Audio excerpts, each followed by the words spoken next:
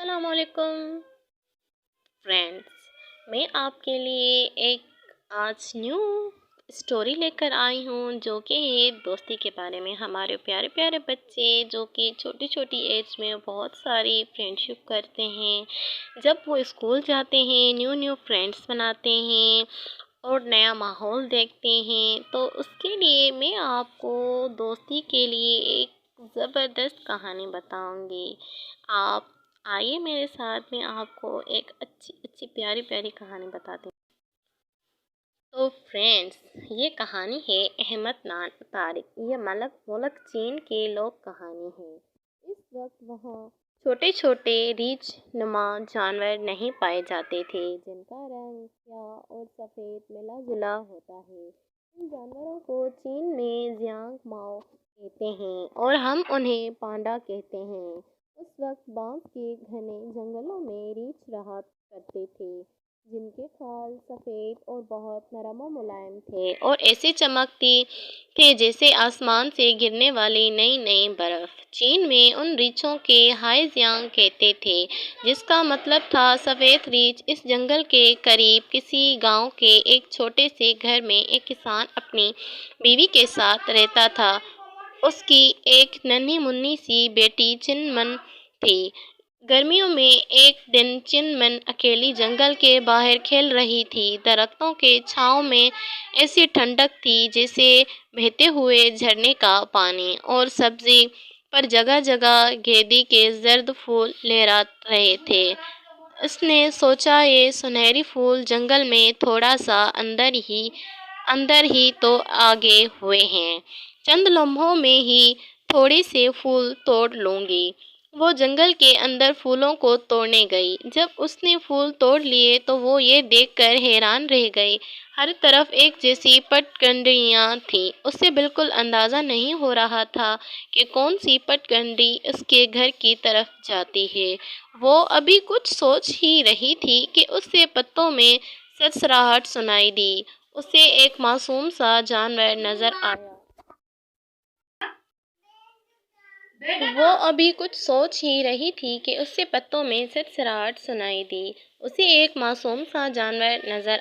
جس کے دو بڑے کان تھے۔ یہ جنگل میں پایا جانے والا ننھا ہرن تھا۔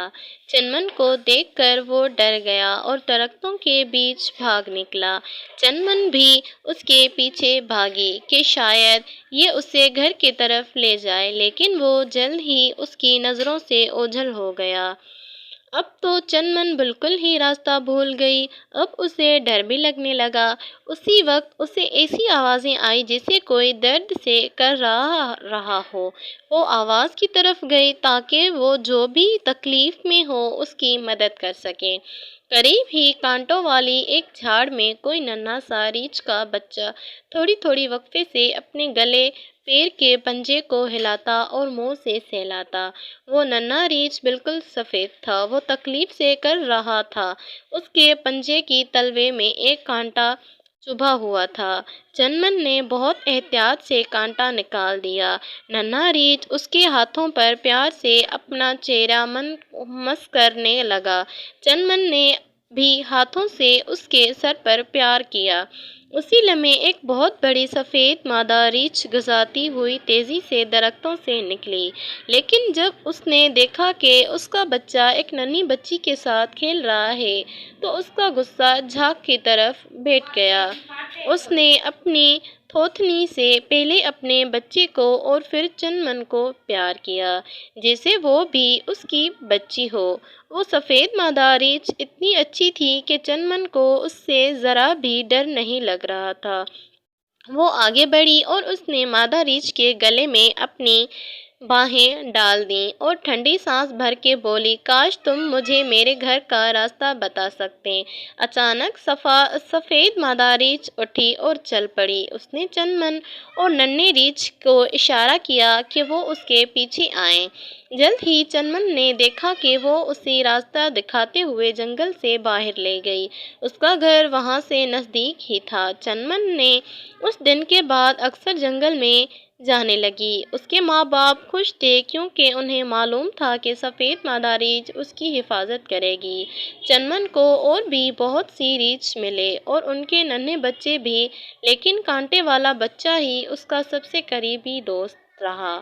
وہ اسے نیاؤ نیاؤ کہتی تھی، جس کا مطلب تھا بہت ہی نرم ملائم، کیونکہ اس کی کھال بہت نرم اور خوبصورت تھی۔ نیاؤ نیاؤ کی ماں نے چنمن کو ایک بہت بڑے درخت کے تنے میں بنا ہوا اپنا گھر بھی دکھایا۔ چنمن بار بار جنگل میں گئی، وہ ریچھ کے ننھے بچوں سے کھیلتی اور جنگل کے طور طریقے سیکھتی، اور رات ہونے سے پہلے نیاؤ نیاؤ کی ماں حفاظت سے اسے جنگل سے باہر چھوڑ آتی۔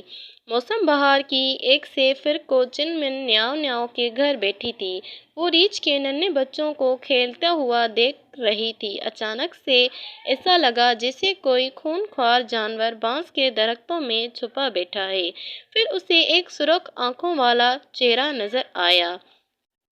پیلے رنگ کے لمبے لمبے دانتوں والا خوفناک چیتا، جس کے چھوٹے چھوٹے کان مڑے ہوئے تھے اور اس کی کھال پر دھبے تھے۔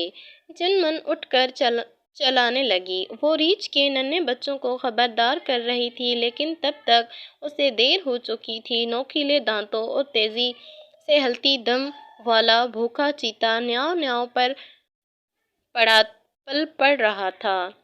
چنمن کے دل میں نیاؤ نیاؤ کے لیے اتنی محبت تھی کہ وہ ڈری نہیں۔ اس نے ایک بڑا پتھر اٹھایا اور زور سے چیتے کو دے مارا۔ وحشی جانور نے غصے سے اپنا شکار چھوڑ دیا اور گراتا ہوا چنمن پر پل پڑا۔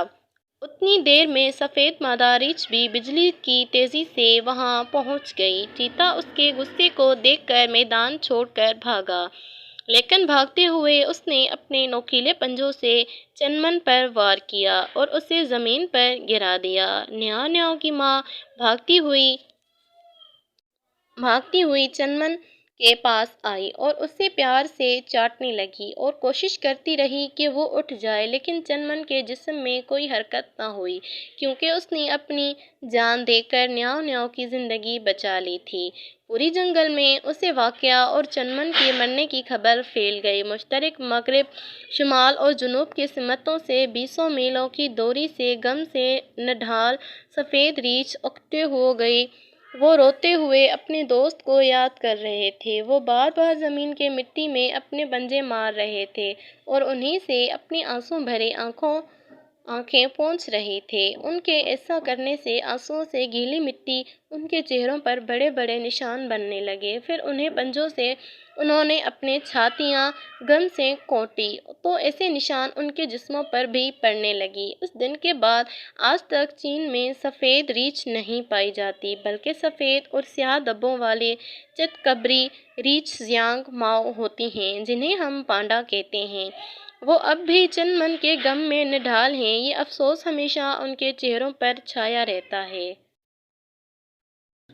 تو میرے پیارے پیارے فرینڈس، یہ ہوتی ہے فرینڈشپ، یہ ہوتی ہے دوستی۔ دوستی صرف ہم انسانوں سے ہی نہیں، ہم جانوروں سے بھی کر سکتے ہیں، اور جانوروں سے زیادہ کوئی وفادار نہیں ہوتا۔